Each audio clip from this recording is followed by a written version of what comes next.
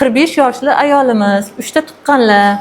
Asosan shikoyatlari siydik ushlay olmaslik hamda qinning kengayishi hisoblanadi.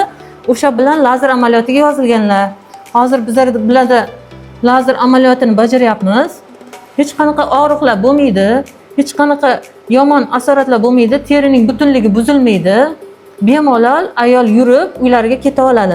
Bularni lazer amaliyotini bajarish bilan birga bonusiga tashqi jinsiy a'zolarining qoraganini oqartirib beramiz.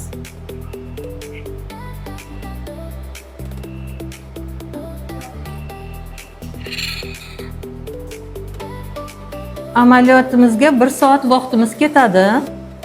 Yarim soat og'riqsizlantiradigan qilamiz, yarim soat ayol bilan ishlaymiz. Amaliyotni bajarib bo'lganimizdan keyin yurib bemalol uylariga ketaveradilar. Tugatdik. Endi bu ayolimiz bilan 1 oydan keyin ko'rishamiz, xudo xolasa. Mana lazer amaliyotini o'tkazdik.